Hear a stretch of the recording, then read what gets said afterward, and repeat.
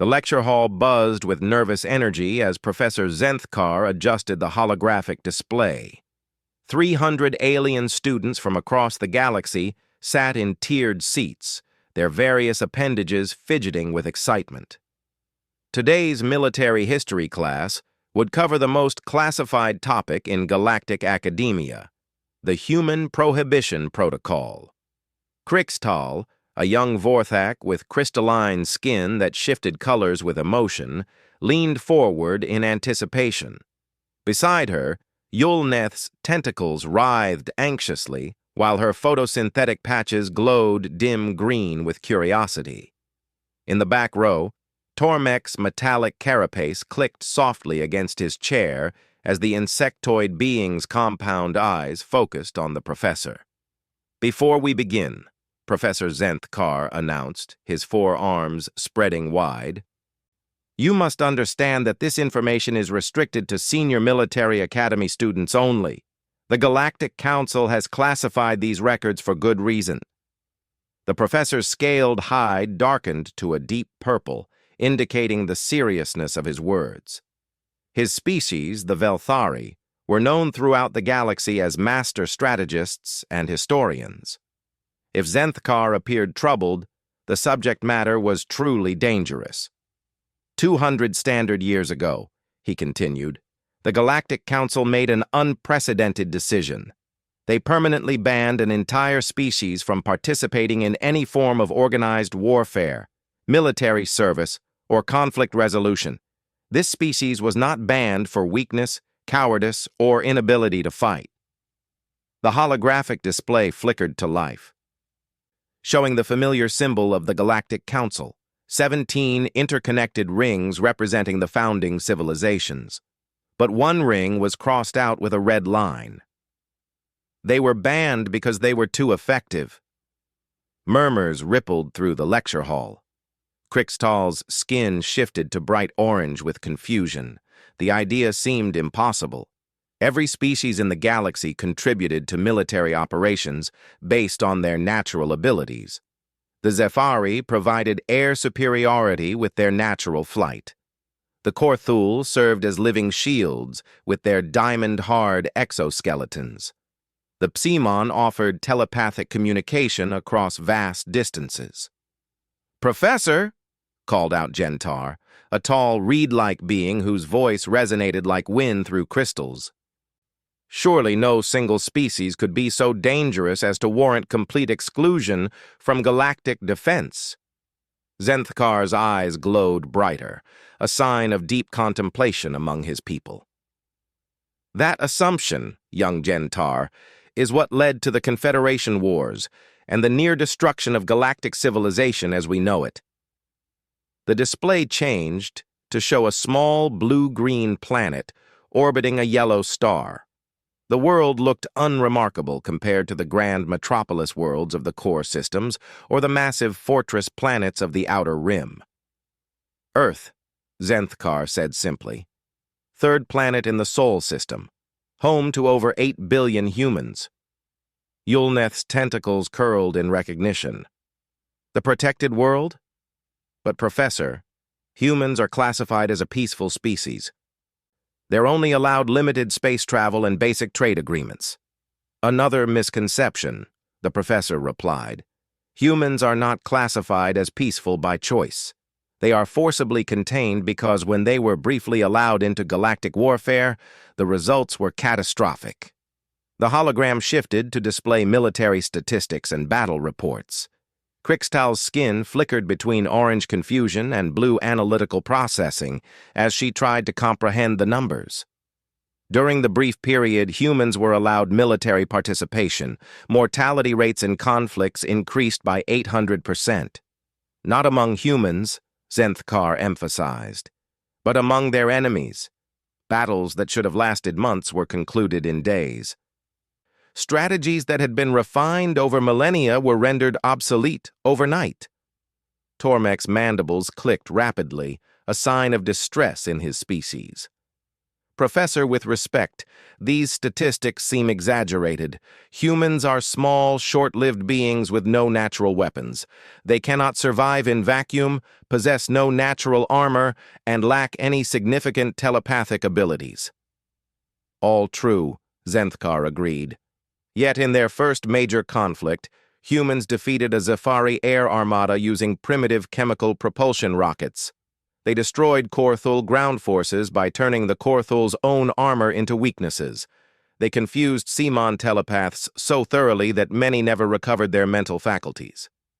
The professor paused, allowing the information to settle. But this was not the worst part. The worst part was how quickly they learned. A new series of images appeared, human weapons, tactics, and technologies. Unlike the elegant, specialized equipment of other species, human tools looked crude and brutal. But the designs evolved rapidly across the timeline. Most species develop military doctrine over thousands of years, Zenthkar explained. Humans adapted their entire approach to warfare within a single generation. They studied every enemy, absorbed their tactics, improved upon them, and then taught these improvements to others. Krixtal raised a crystalline appendage. But surely the Galactic Council could have simply limited their technology access? They tried, Zenthkar replied grimly. Humans began creating entirely new technologies from basic principles. They would examine captured enemy equipment and within days produce not just copies, but improvements. A Velthari plasma rifle in human hands would be modified to fire faster, hit harder, and use less energy. The display now showed aftermath reports from various conflicts. The numbers were staggering. Entire fleets disabled without being destroyed, ground invasions repelled by forces a tenth the size of the attackers, supply lines disrupted across multiple star systems simultaneously. The humans demonstrated something the galaxy had never seen, Zenthkar continued. They showed no respect for established rules of engagement. When faced with superior numbers, they attacked supply lines. When confronted with better technology, they used the environment as a weapon. When fighting experienced veterans, they employed completely untrained civilians, who somehow proved equally effective.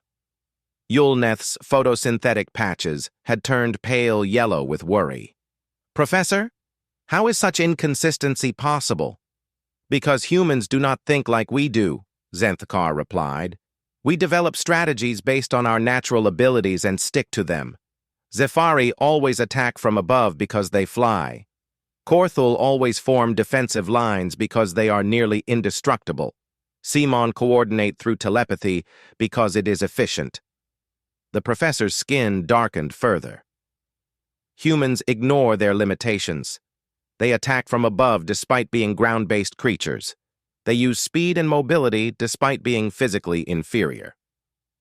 They fight as individuals when outnumbered and as coordinated units when they have advantages. But that is inefficient, protested Gentar. Surely such inconsistency would lead to defeat.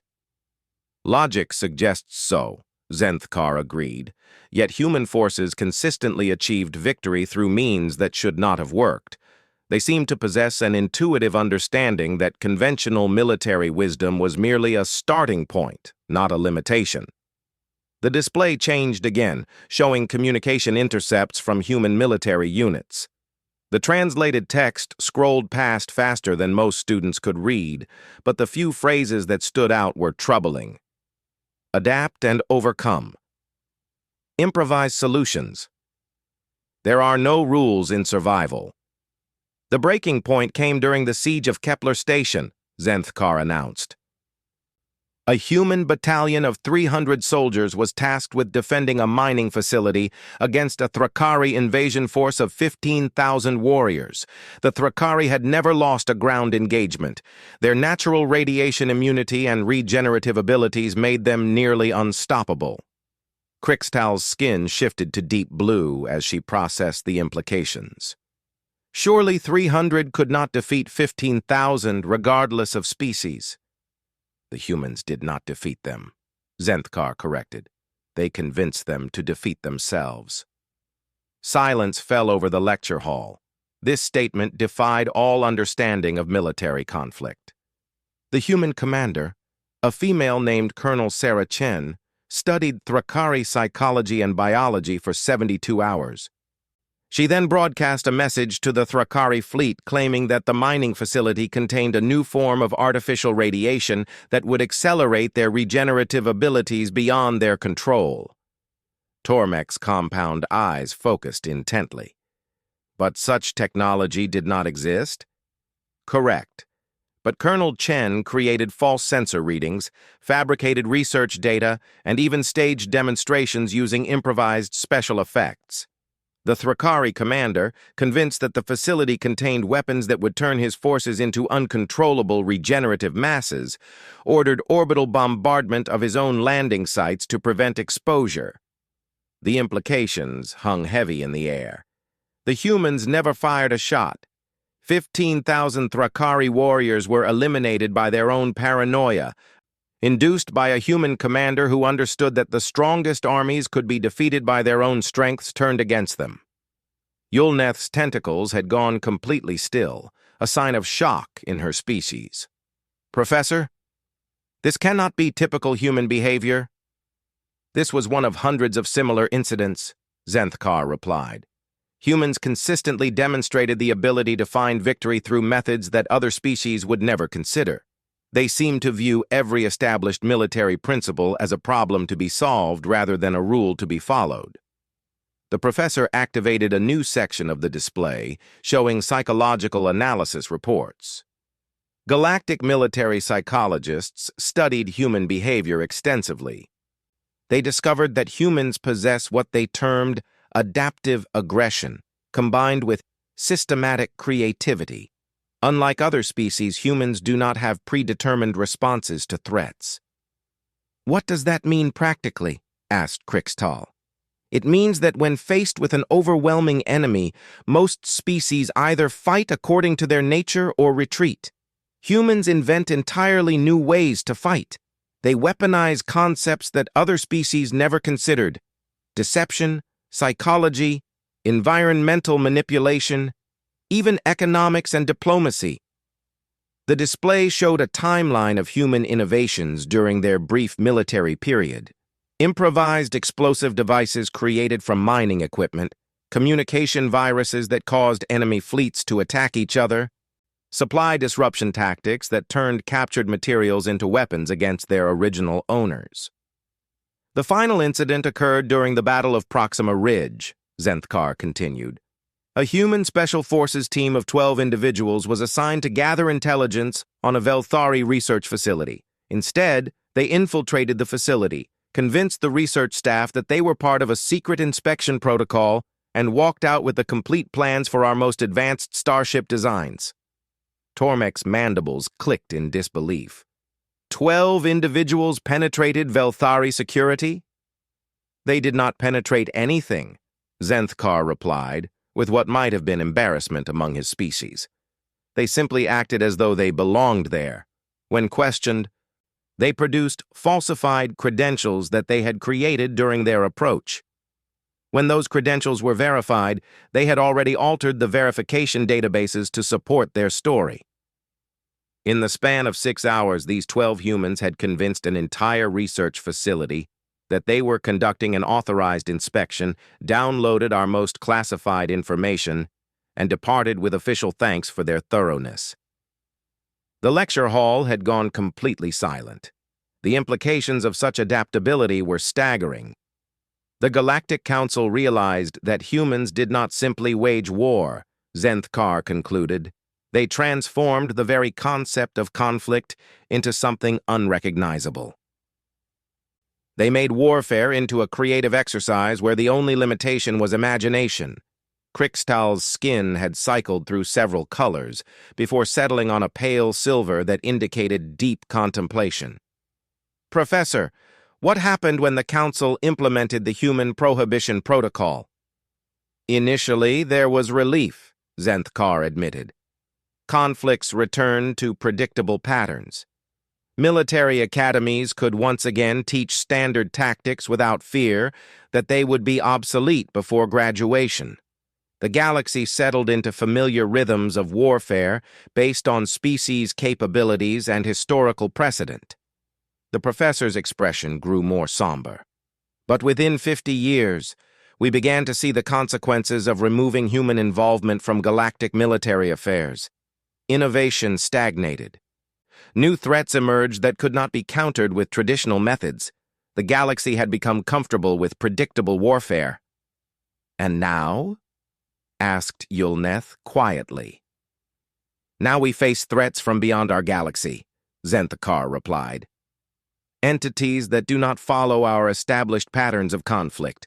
The Council faces a difficult decision: maintain the prohibition and risk defeat by unconventional enemies, or lift the restrictions and risk the chaos that human involvement inevitably brings." The display showed current galactic defense positions. Massive fleets arranged in traditional formations, defending fixed positions using strategies refined over millennia. It looked impressive and orderly. "But there are reports," Zenthkar continued, "unconfirmed reports, that some council members have been secretly consulting with human military historians, not for direct involvement, but for advice on how to think more creatively about defense." The professor turned off the display and faced his students. "Your assignment is to analyze what we have discussed and propose how the galaxy might adapt human tactical flexibility without unleashing the chaos that led to the prohibition." As students began filing out, discussing the lecture in excited whispers, Krixtal noticed that Professor Zenthkar remained at his podium, staring at a small device in one of his 4 hands. On its screen was a simple message: "Consultation request approved. Human advisor to arrive next week." The implications sent her skin shifting through a rapid spectrum of colors. If the Council was secretly bringing human advisors to the military academy, the galactic situation might be far more desperate than anyone realized. Krixtal could not sleep. Her dormitory quarters felt too small as her mind processed everything Professor Zenthkar had revealed. The crystalline formations on her arms kept shifting colors involuntarily, betraying her emotional turmoil.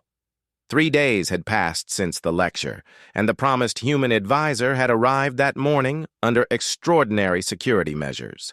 She was not alone in her restlessness. Yulneth had been pacing the corridors all night, her photosynthetic patches glowing brighter than usual with nervous energy. Tormek had barely spoken since the class, his compound eyes constantly scanning the academy halls as though expecting human infiltrators to appear from nowhere. "I cannot comprehend it," Yulneth whispered as they gathered in the observation lounge overlooking the academy's main landing platform. "How can beings without natural advantages be so dangerous that the entire galaxy fears them?" Through the transparent aluminum windows, they could see the aftermath of the human advisor's arrival. Security forces from 6 different species maintained a perimeter around a simple transport vessel that looked almost primitive compared to the sleek military craft typically seen at the academy. The human ship was angular, functional, and somehow unsettling in its aggressive design. "Perhaps we are overreacting," Gentar suggested, though his crystalline voice carried uncertainty. "One human advisor cannot be as threatening as the professor implied." Tormek's mandibles clicked sharply. "The security detail suggests otherwise. I count 47 guards from the Galactic Defense Force, plus automated defense systems that were activated only twice in Academy history, once during the Zephyri Rebellion and once during the Artificial Intelligence Uprising." Krixtal pressed closer to the window, her skin shifting to pale blue as she analyzed the scene below. "Look at how they are positioned. The guards are not protecting the ship from external threats. They are positioned to contain whatever is inside." As if summoned by her words, the transport's boarding ramp lowered with a soft hiss of equalizing atmosphere. The assembled guards tensed, their various weapons systems powering up with barely audible hums. From the shadows of the ship's interior, a single figure emerged. The human was smaller than any of the alien students had expected. Compared to the towering Velthari guards or the massive Korthul officers, the human appeared almost fragile. She walked with confident steps, despite being surrounded by enough firepower to level a small city. "That is the threat?" Yulneth asked, her tentacles curling with confusion. "She appears so ordinary." But Krixtal noticed details that disturbed her. The human moved with precise economy, each step calculated for maximum efficiency. Her eyes constantly scanned the environment, not with the jerky alertness of prey, but with the systematic assessment of a predator cataloging potential advantages. Most unsettling was how the guards reacted to her presence. Veteran soldiers who had faced down rebellions and invasions maintained careful distance, their body language radiating professional wariness. Whatever they had been told about humans had clearly left lasting impressions. Professor Zenthkar appeared at the platform's edge, his 4 arms spread in formal greeting. The human responded with a simple nod, then spoke words too distant to hear. But whatever she said caused the professor's skin to darken several shades.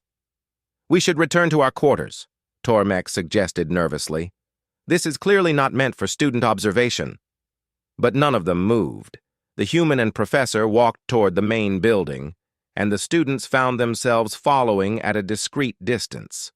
The corridors that usually buzzed with academic activity had been cleared. Only essential personnel remained, and they pressed themselves against walls as the small group passed. Krixtal realized they were heading toward the restricted archives, the section containing the most classified military records in galactic history. The very existence of these archives was barely acknowledged, let alone their contents. "She is being given access to classified materials," Yulneth observed with growing alarm. "Information that is restricted even to senior academy officials." They watched from an alcove as Professor Zenthkar used his personal authorization codes to open the archive entrance. The security measures were extensive: biometric scanners, quantum encryption verifiers, and neural pattern recognition systems. Access required approval from at least 3 different Galactic Council committees under normal circumstances. The human examined each security system with professional interest, occasionally making comments that caused the professor to nod grimly. Then she produced a small device from her clothing and attached it to the main access panel. Within seconds, every security system went dark. "Impossible," Tormek breathed. "Those systems cannot be overridden from external sources. The quantum encryption alone should prevent any unauthorized access." The human removed her device and handed it to Professor Zenthkar, who examined it with obvious fascination. She spoke again, and this time her words carried clearly through the empty corridor. "Basic pattern recognition exploit. Your encryption assumes logical attack vectors. Sometimes the simplest approach works best." Krixtal felt her skin shift through several color combinations before settling on deep purple, the shade her species associated with existential dread. The human had not broken the security systems through superior technology or overwhelming force. She had simply approached the problem from an angle that the designers had never considered. They entered the archives, leaving the students hidden in their alcove with racing thoughts. Yulneth's photosynthetic patches had dimmed to almost nothing, while Tormek's carapace clicked continuously with nervous energy. "We should inform Academy security," Gentar whispered. "Unauthorized archive access is grounds for immediate detention." "By whom?" Krixtal asked pointedly. "The professor authorized her presence. The Galactic Council approved this consultation, and she just demonstrated that our most advanced security systems are ineffective against human problem-solving methods." Before anyone could respond, footsteps echoed through the corridor. The students pressed deeper into their hiding spot as Academy personnel began arriving: senior instructors, military analysts, and officials whose species Krixtal did not recognize. All were heading toward the archives. An emergency session, Yulneth realized. They are convening senior staff to review classified materials with the human advisor. Tormek's compound eyes focused on the steady stream of officials. Look at their behavior. These are experienced military leaders who have faced the worst threats in galactic history. Yet they approach this meeting like soldiers walking into an ambush. The last to arrive was Admiral Korthvas, the Academy's commandant and one of the most decorated officers in Galactic Defense Force history. His massive Korthul frame usually projected absolute confidence, but today he moved with visible reluctance. If Admiral Korthvas appears uncertain, Krixtal observed, then this situation is far more serious than we understood. They waited until the corridor had been empty for several minutes before emerging from their hiding place. The archive entrance had been left open, unusual for such a secure facility. Through the gap, they could hear the low murmur of serious conversation. "We should leave," Gentar insisted. "This is clearly not appropriate for students." But Krixtal found herself moving closer to the entrance. Her species had evolved excellent hearing as a survival trait, and fragments of conversation were beginning to reach her sensitive audio receptors. Enemy fleet composition suggests adaptive technology. Standard defensive formations proved ineffective. Requesting human assessment of unconventional countermeasures. Yulneth joined her, whispering urgently, "What are they discussing?" Before Krixtal could respond, the human voice cut through the other conversations with startling clarity. "Show me the attack patterns again. Something is not right about this data." The room fell silent except for the hum of holographic displays activating. Then the human spoke again, her tone carrying an edge that sent chills through the listening students. "These are not random attacks. This is a systematic probing operation.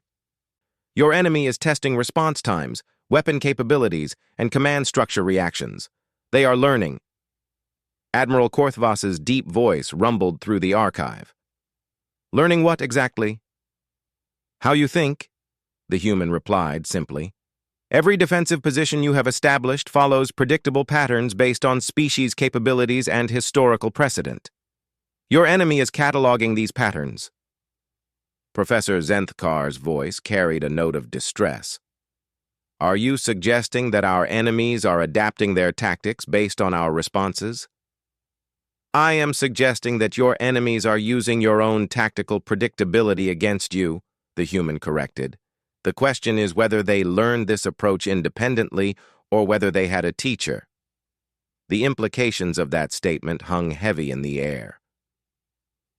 Krixtal felt her skin cycle through rapid color changes as her mind processed the possibility that their unknown enemies might have learned from human tactical methods. "Advisor Chen," Admiral Korthvas said carefully, "are you implying that humans may have provided military advice to our enemies?" "No," came the immediate reply. "I am implying that your enemies display tactical flexibility that is suspiciously similar to human military doctrine. But humans have been prohibited from galactic warfare for 2 centuries, unless—" The pause stretched uncomfortably long. "Unless what?" Professor Zenthkar prompted. "Unless someone has been studying archived human military records and teaching those methods to others. Or unless humans have been involved in conflicts outside galactic oversight." Tormek's mandibles clicked so rapidly that Yulneth had to restrain him to prevent the sound from carrying into the archive. The possibility that rogue humans might be operating beyond Council control was terrifying enough. The idea that enemies might have learned human tactics was even worse. "The attack patterns show clear signs of adaptive learning," Advisor Chen continued. "Initial strikes follow conventional approaches to establish baseline responses. Subsequent attacks systematically exploit weaknesses revealed by those responses. Within 3 engagements, these enemies have learned to counter tactics that have served you effectively for millennia." "What do you recommend?" Admiral Korthvas asked. "Stop being predictable. the human replied immediately. Your entire military doctrine is based on maximizing species advantages through established tactical frameworks. Your enemies have learned to counter every framework you possess. But without established tactical frameworks, Professor Zenthkar protested, how do we maintain coordination between different species? By accepting that coordination might be less important than unpredictability, Advisor Chen answered. Human military history suggests that chaotic but adaptive responses often defeat organized but predictable ones. The room fell silent again. For species that had spent millennia perfecting coordinated military doctrine, the suggestion to abandon organization in favor of chaos was nearly incomprehensible. You are asking us to fight like humans, Admiral Korthvas said finally. I am asking you to think like humans, Advisor Chen corrected. Fighting like humans would require abandoning everything that makes your species effective in combat. But thinking like humans means viewing every established rule as a problem to be solved rather than a limitation to be accepted. Krixtal realized that her skin had settled into a pale silver that indicated intense concentration. The human was not suggesting that alien species become more like humans. She was suggesting that they learn to question their own assumptions about warfare. Demonstrate this approach, Admiral Korthvas requested. Show us how human thinking would address our current tactical situation. Very well, Advisor Chen replied. Your intelligence reports show enemy concentrations at 7 key strategic positions. Standard galactic doctrine would suggest overwhelming force applied simultaneously to prevent coordinated resistance. Correct, Professor Zenthkar agreed. Concentration of force at decisive points. Human doctrine would suggest attacking none of those positions, Advisor Chen continued. Instead, target the supply routes, communication networks, and logistical infrastructure that connect those positions. Force your enemies to abandon their prepared positions to protect assets they assumed were secure. But that would extend the conflict significantly, Admiral Korthvas protested. Galactic Council policy prioritizes swift resolution to minimize casualties. Your enemies know this, Advisor Chen replied. They have positioned themselves to exploit your desire for quick victories. They want you to attack their prepared positions because they know you will prioritize speed over effectiveness. The silence that followed this observation was profound. Krixtal realized that the human had identified a fundamental weakness in galactic military philosophy, the assumption that enemies would fight according to the same principles that guided Allied forces. You are suggesting that our enemies understand us better than we understand them, Professor Zenthkar said slowly. I am suggesting that your enemies have learned to use your own strategic principles against you, Advisor Chen clarified. They know you will seek decisive battles. They know you will prioritize casualty minimization.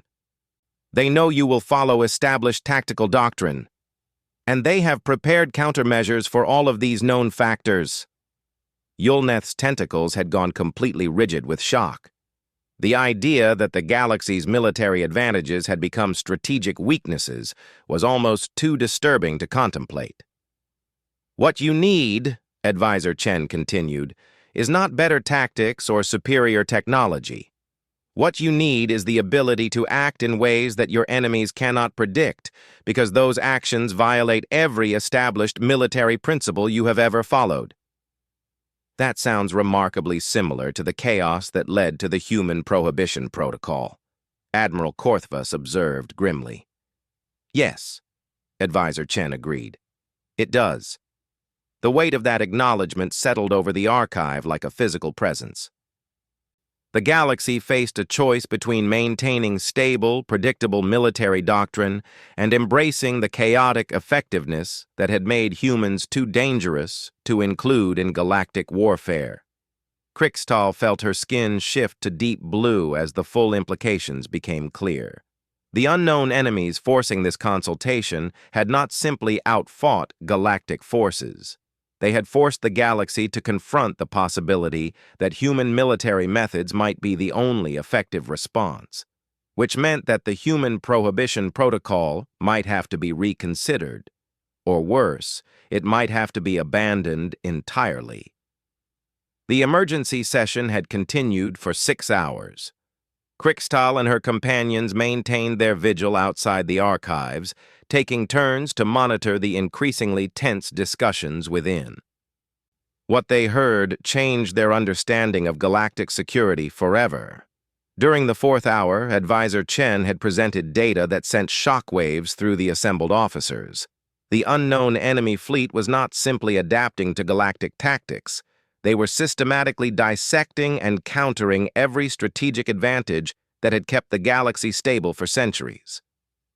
They know our response times down to the minute, Chen had explained, her voice carrying through the archive entrance. They know which species will be assigned to specific combat roles. They know how long it takes your command structure to approve tactical changes. Admiral Korthvas had responded with growing frustration. How is such detailed intelligence possible? Our communications are quantum encrypted. Our planning sessions are conducted in secured facilities. Because you have been fighting the same way for 200 years, Chen replied. Every battle, every skirmish, every training exercise has followed predictable patterns. Your enemies did not need to intercept communications. They simply had to observe your actions and extrapolate the underlying principles. Now, as the 6th hour approached, Yulneth's photosynthetic patches had dimmed to emergency levels. Her species required regular exposure to specific light wavelengths, but her anxiety prevented proper energy absorption. We should report to medical, Gentar suggested, noticing her distress.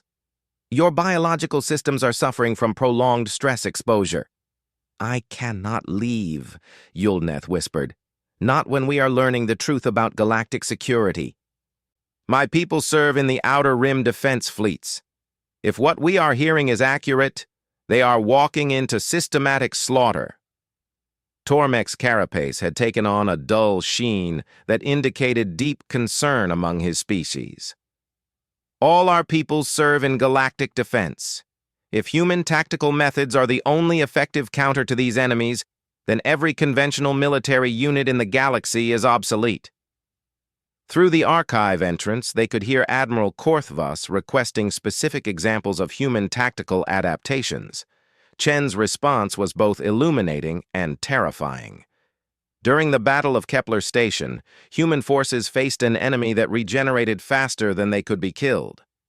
Standard galactic doctrine would have called for sustained bombardment until regenerative capacity was overwhelmed. Logical approach, Professor Zenthkar agreed. Maximum application of force until enemy capabilities are exceeded. Human forces instead convinced the enemy that the battlefield contained radiation that would accelerate their regeneration beyond their control, Chen continued. The enemy eliminated themselves through their own defensive measures. But that was deception, Admiral Korthvas protested. Deliberate misinformation designed to manipulate enemy behavior. Correct, Chen replied. And it achieved complete victory without firing a single shot. No human casualties, no resource expenditure, no collateral damage. The enemy was neutralized through their own actions. Such tactics are considered dishonorable by galactic military tradition, Professor Zenthkar pointed out. Your current enemies do not share your concepts of honor, Chen responded bluntly. They are using your adherence to honorable combat as a tactical weakness. While you limit yourselves to direct confrontation, they employ every possible advantage, including psychological warfare, technological sabotage, and strategic deception. Krixtal felt her skin cycle through rapid color changes as she processed this information. The galaxy's commitment to honorable warfare, long considered a mark of civilized advancement, had become a strategic vulnerability. Are you suggesting we abandon military honor entirely? Admiral Korthvas asked. I am suggesting that honor is meaningless if your civilization is destroyed by enemies who do not share your limitations, Chen replied. You can maintain honor while expanding your tactical flexibility. Explain. Use deception to minimize casualties rather than maximize them. Employ psychological tactics to end conflicts quickly rather than prolonging them. Turn enemy advantages against them instead of meeting them with direct force. Professor Zenthkar's voice carried uncertainty. But how do we maintain coordination between species with fundamentally different tactical approaches? By accepting that coordination might sometimes require sacrifice of efficiency, Chen answered. Human military units operated most effectively when different groups pursued independent objectives that supported overall strategic goals without requiring precise tactical coordination. Chaos, Admiral Korthvas observed. Controlled chaos, Chen corrected. The difference being that human chaos served strategic purposes while appearing random to enemies who expected coordinated responses. At that moment, an alarm began sounding throughout the academy. The deep, resonant tone indicated incoming priority communications from Galactic Defense Command. All personnel were ordered to emergency stations immediately. The archive session ended abruptly as officials rushed to their posts. Krikstal and her companions found themselves swept along by the surge of activity as students and faculty responded to the alert. In the main communications center, holographic displays showed star charts with rapidly updating tactical information.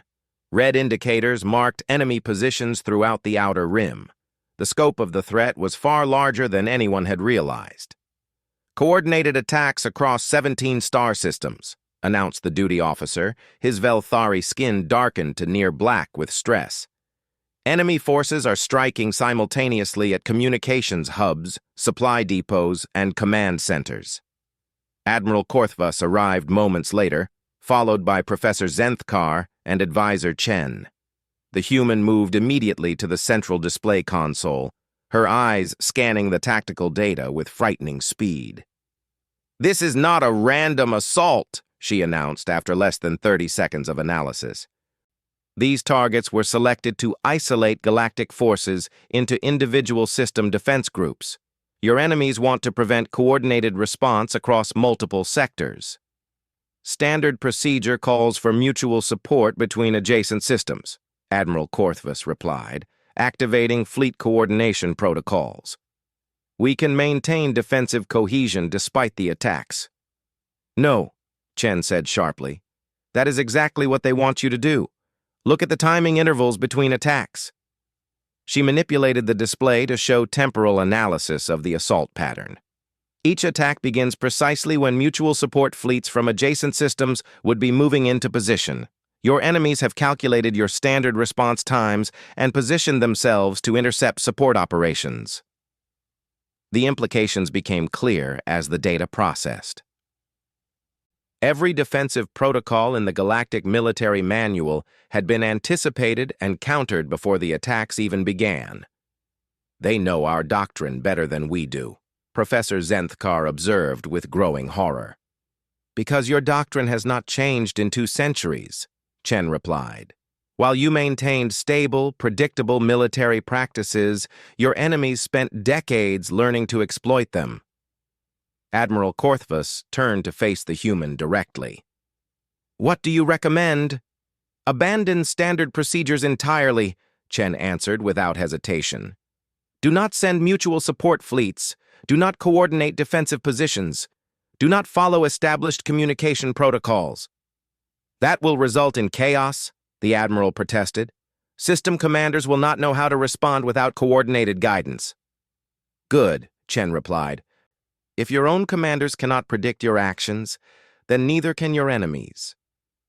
Krikstal watched in fascination as the human began suggesting tactical modifications that violated every principle she had learned in military history classes. Instead of reinforcing attacked positions, Chen recommended abandoning them while striking at enemy supply lines. Instead of maintaining communication security, she suggested broadcasting false information designed to confuse enemy intelligence.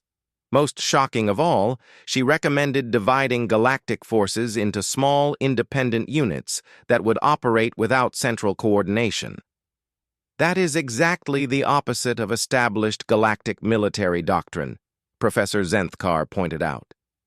Because established galactic military doctrine has become a liability, Chen responded. Your enemies have learned to predict and counter every move you make based on 2 centuries of consistent behavior patterns. Admiral Korthvas considered this for a long moment before making a decision that would change galactic warfare forever. Implement Advisor Chen's recommendations. Emergency authorization. All theaters. Within minutes, orders were transmitted across the galaxy, instructing system commanders to abandon standard defensive protocols in favor of improvised tactical responses. The reaction was immediate and dramatic. Sir, the duty officer announced, we are receiving requests for clarification from every sector command. Our orders appear to contradict established procedure. Confirmed, Admiral Korthvas replied. All commanders are authorized to develop independent tactical responses based on local conditions. Central Command will not provide detailed guidance. The communications center fell silent except for the hum of processing equipment. Galactic military forces had just been ordered to improvise their responses to the largest coordinated attack in their history. Admiral, Professor Zenthkar said quietly, if this approach fails, the responsibility will fall entirely on your command. If conventional approaches fail, the Admiral replied, there will be no command structure left to accept responsibility. For the next 4 hours, reports flooded in from across the galaxy. The results were unlike anything in military history. System commanders, freed from standard tactical constraints, began employing innovative approaches that confused and frustrated enemy forces. A Zephyri fleet in the Rigel sector abandoned their traditional aerial superiority role and conducted underwater ambush operations using modified atmospheric craft. A Korthul defensive line in the Vega system deliberately retreated from optimal positions, then used their abandoned fortifications as weapons by detonating stored munitions when enemy forces occupied them. Most remarkably, a joint task force in the Centauri region employed what could only be described as organized chaos. Different species units pursued seemingly random objectives that somehow resulted in coordinated strategic effects without any central planning. Enemy forces are withdrawing from multiple engagement areas, the duty officer reported with obvious disbelief. They appear to be confused by the inconsistency of our tactical responses. Advisor Chen nodded approvingly. Predictable enemies cannot effectively counter unpredictable tactics. Your forces are finally thinking instead of simply following procedures. But the coordination problems are significant, Admiral Korthvas pointed out. Multiple units are reporting confusion about objectives and resource allocation. Temporary growing pains? Chen replied. Human forces faced similar challenges when learning to operate without rigid command structures. The key is accepting that some inefficiency is acceptable if it prevents total defeat. As reports continued arriving, a pattern began emerging. Galactic forces were achieving tactical successes through methods that should not have worked according to military theory. But more importantly, enemy forces were beginning to make mistakes. They are trying to adapt to our new approach, Professor Zenthkar observed, studying enemy response patterns. But their adaptation assumes that our changes represent new doctrine rather than abandonment of doctrine entirely. Exactly, Chen agreed. They learned to counter your predictability. Now they must learn to fight against unpredictability itself. That is a much more difficult challenge. Krixtal realized that her skin had settled into a steady silver glow that indicated both concentration and acceptance. The galaxy was witnessing the birth of a new approach to warfare, one that combined alien species capabilities with human tactical philosophy. Advisor Chen, Admiral Korthva said formally. The Galactic Council will need to reconsider the Human Prohibition Protocol. Perhaps, Chen replied carefully, but remember that human tactical methods work precisely because they are unexpected. If humans become regular participants in galactic warfare, our approaches will become predictable again. The weight of that observation settled over the communications center. The galaxy faced a paradox. Human tactical methods were effective because they were forbidden, but they might lose effectiveness if the prohibition was lifted. Then what do you recommend for long-term galactic security? Professor Zenthkar asked. Chen was quiet for a long moment before responding. Teach galactic forces to think like humans without becoming dependent on human participation. Learn to question established doctrine. Accept that tactical improvisation might be more valuable than tactical perfection. And most importantly, she added, remember that the greatest military advantage is the ability to change faster than your enemies can adapt. As the crisis continued to resolve in favor of galactic forces, Krixtal understood that she and her fellow students had witnessed something unprecedented. The transformation of galactic military doctrine from rigid adherence to established procedure to dynamic adaptation to changing circumstances. The Human Prohibition Protocol would likely remain in place, but its purpose had fundamentally changed.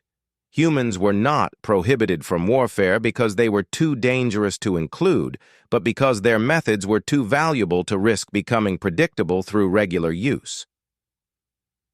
The galaxy had learned to think like humans without becoming dependent on them, and in doing so, they had discovered that the greatest weapon against any enemy was the willingness to abandon everything you thought you knew about fighting. The age of predictable warfare was over. The age of adaptive conflict had begun, and somewhere in the depths of space, the unknown enemies who had forced this transformation were beginning to realize that they had awakened something far more dangerous than the galactic military forces they had so carefully learned to counter. They had awakened the galaxy's capacity for change itself.